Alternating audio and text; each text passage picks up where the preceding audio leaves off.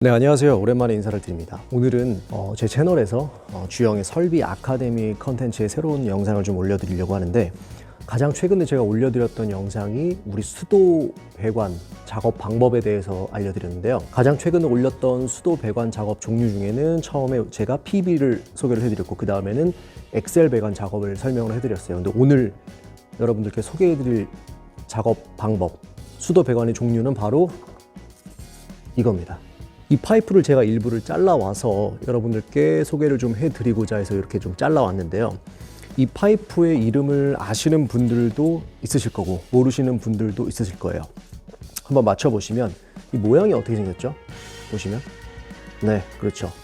이 파이프에 이렇게 주름이 생겨 있어요. 주름이 쫙 가 있죠. 그래서 이 파이프의 이름은 무엇이냐? 주름관. 네, 정말로 이 파이프의 이름은 주름관입니다. 근데 이파이프가 어떤 재질로 되어 있냐 하면 바로 스테인리스 재질로 되어 있는 거라고 합니다. 우리가 보통 스댕이라고 하잖아요. 그렇게 부르는 바로 그 스테인리스 재질로 되어 있는 스테인리스 주름관 파이프라고 부르는 겁니다. 이 파이프 역시 우리가 수도 작업할 때 굉장히 많이 쓰이는 파이프 종류 중에 한 가지인데요. 이 파이프의 특성이 있어요. 이 특성을 먼저 조금 소개해 드리도록 할게요. 첫 번째, 이 파이프 같은 경우에 다른 수도 배관과 다른 가장 큰 특징은 무엇이냐? 바로 엘보 부속, L자 부속, 엘보 부속이 거의 필요가 없다라는 겁니다. 이 주름관을 가지고 작업을 할 때에는 엘보 부속이 거의 필요가 없다라고 말씀드렸죠. 그 이유가 무엇이냐? 자, 네, 다시 거꾸로. 네, 지금 보셨던 것처럼 이 파이프는 내가 원하는 방향으로 구부릴 수도 있고 한 번 더 구부릴 수도 있고, 그렇게 되면 이 꺾인 부분에 엘보 부속이 필요할까요? 필요하지 않을까요? 네, 필요하지가 않습니다. 그렇기 때문에 다른 수도 배관 종류에 비해서 엘보 부속이 거의 들어가지 않기 때문에 이 연결 소켓, 연결 부속이 거의 들어가지 않는다는 겁니다. 자, 그리고 두 번째, 이 파이프 같은 경우에는 제가 조금 전에 스테인리스 재질로 되어 있다고 이제 말씀을 드렸잖아요. 그렇기 때문에 특히나 이제 제가 많이 올려드렸던 영상 중에 식당의 주방을 만드는 그 공사를 자주 소개를 해드렸었는데, 그 공사를 할 때 특히나 이 배관이 아주 요긴하게 쓰일 때가 있습니다. 그것이 무엇이냐면 이 특성이 스테인리스로 되어 있기 때문에 제가 이전에 소개해드렸던 PB라든지 엑셀 배관, 이런 다른 연질의 좀 말랑말랑한 재질의 수도 배관 종류에 비해서 이 주름관 파이프는 열에 확실히 강합니다. 그래서 비교적 열을 가했을 때 얘가 파이프가 손상이 거의 가지 않는다라는 겁니다. 물론 이제 그 고온의 일정 온도 이상의 열을 계속 가하다 보면 당연히 무리가 갈 수가 있겠지만, 우리가 일반적으로 육수통을 놓고 끓이는 화구 뒤쪽에 이 수도관이 하나 나와 있는 게 보여요. 그럴 때 보면 거의 대부분 이 스테인리스 주름관으로 작업이 되어 있습니다. 그 이유 중에 하나가 바로 이거, 열에 가장 강하다는 거.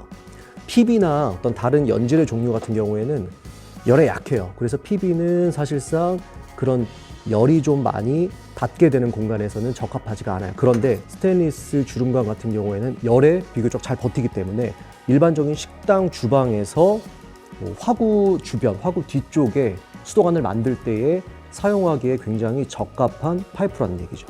자, 그러면 이 스테인리스 주름관의 특성에 대해서 알아보았고, 자, 그러면 이제부터 이 주름관 연결 작업 방법에 대해서 한번 알아보도록 하겠습니다.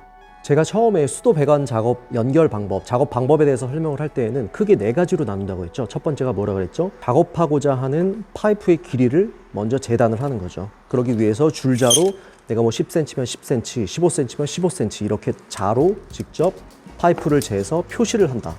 그리고 두 번째, 커팅, 자른다. 그리고 세 번째, 연결한다. 그리고 네 번째, 마지막, 연결된 파이프가 조인트, 이음새 부분이 완벽하게 연결이 돼서 누수가 없는지 마지막 수압 체크까지 한다. 간단하게 이렇게 4가지 과정을 거쳐서 수도 배관 작업 방법을 하게 됩니다. 자, 그럼 첫 번째, 제가 지금은 설명을 드리는 거니까 그냥 임의적으로 할게요. 자, 내가 파이프를 예를 들어서 20cm 길이만큼의 커팅이 필요하고 그만큼 재단을 해야 된다라고 했을 때 20cm를 재볼게요.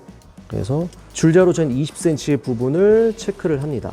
자, 두 번째, 이 파이프를 커팅을 해야겠죠. 자, 이전에 우리가 알아봤던 PB나 엑셀 같은 경우에는, 그 파이프 같은 경우에는 PB 가위를 통해서, 엑셀 가위를 통해서 커팅을 한다고 했었잖아요. 이 파이프를 커팅을 할 때는 보통 두 가지 방법을 씁니다. 첫 번째는 바로 요거. 요 커터기 같은 경우에는 수동으로 사용하는 커터기인데, 자, 여기 보이는 이 동그란 날, 이 동그란 날을 통해서 커팅을 하게 되는데, 보통 이 날을 뭐 동관용 혹은 스텐용으로 교체를 해서 많이 사용을 하세요. 근데 뭐 동관 하나 자르려고 요거를 좀 바꿔 끼고, 뭐 스텐 배관 자르려고 이거 바꿔 끼고 하기에는 좀 귀찮기 때문에 요거를 그냥 스텐용 혹은 뭐 동관용으로 하나를 설치를 해놓고 사용을 한답니다. 철물점 가시면 요거를 뭐 동관 커터기라고도 부르고, 뭐 스텐 배관 커터기라고도, 수동 커터기라고 부르는데, 뭐 이름은 제각각이에요. 그렇기 때문에 여러분들께서 요 모양, 요걸 기억하셨다가 이 커터기를 찾으시면 되겠습니다. 요 커터 같은 경우에는, 자, 요 날이 보이시죠?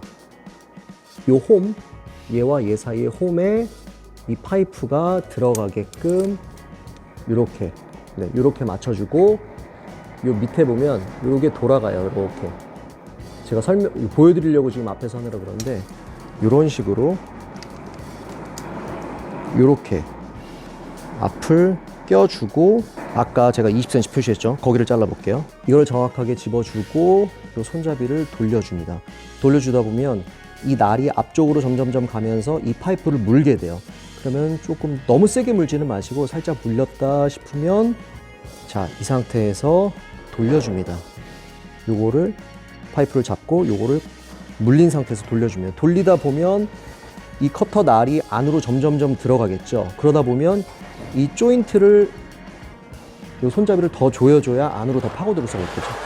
몇 바퀴를 돌리다 보면 이제 날이 더 들어가야 되기 때문에 이 손잡이를 더 오른쪽으로 돌려줍니다. 다시 돌려주고 돌려주고, 그러다 보면 지금 따닥 소리가 났어요. 따닥 소리가 나는데 부러지죠. 네, 커팅이 되고 있습니다. 커팅이 되고 있고, 마지막에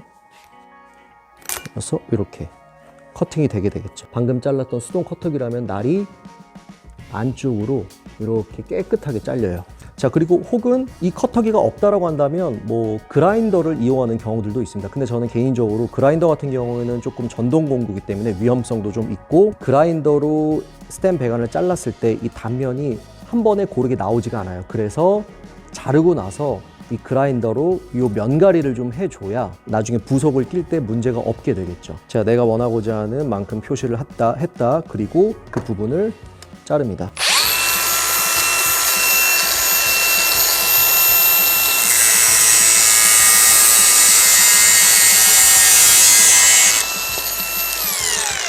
방금 절단된 부분인데, 여기를 보시면 끝에가 커팅된 부분이 이렇게 찌꺼기들이 좀 남아있으면서 단면이 좀 거칠게 커팅이 됐죠. 그렇기 때문에 보통 요 그라인더로 커팅을 하고 나서는 부속이 들어갈 부분에 요 커팅된 단면을 갈아줘야 됩니다. 요 거칠었던 면이 다듬어져요. 네, 자, 이렇게 파이프를 저희가 커팅을 했고, 그 다음에는 뭐예요? 당연히 부속을 연결을 하면 되겠죠. 이 스테인리스 주름관 전용 부속을 먼저 보셔야 될 것 같아서 보여드리겠습니다. 자, 안에를 보시면 이렇게 풀러볼게요. 풀러보면 이렇게 플라스틱 노란색 커버가 있고, 안에 바로 이 고무 패킹이 들어있습니다. 이 고무 패킹이 굉장히 중요하거든요. 이 고무 패킹이 들어있고, 그 다음에 플라스틱 커버가 들어있어요. 제가 늘 얘기했듯이 이렇게 모든 수도 부속에는 파이프가 그 순서 그대로 이렇게 들어가야 된다고 얘기했죠. 그러면 순서대로 넣어 보겠습니다. 자, 먼저 조인트를 넣고요. 그 다음에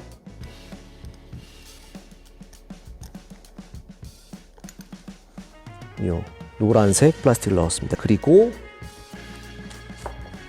아까 보여드렸던 이 고무, 이건 항상 부속에 들어있던 순서대로 그대로 들어가야 돼요. 자, 여기 들어갑니다.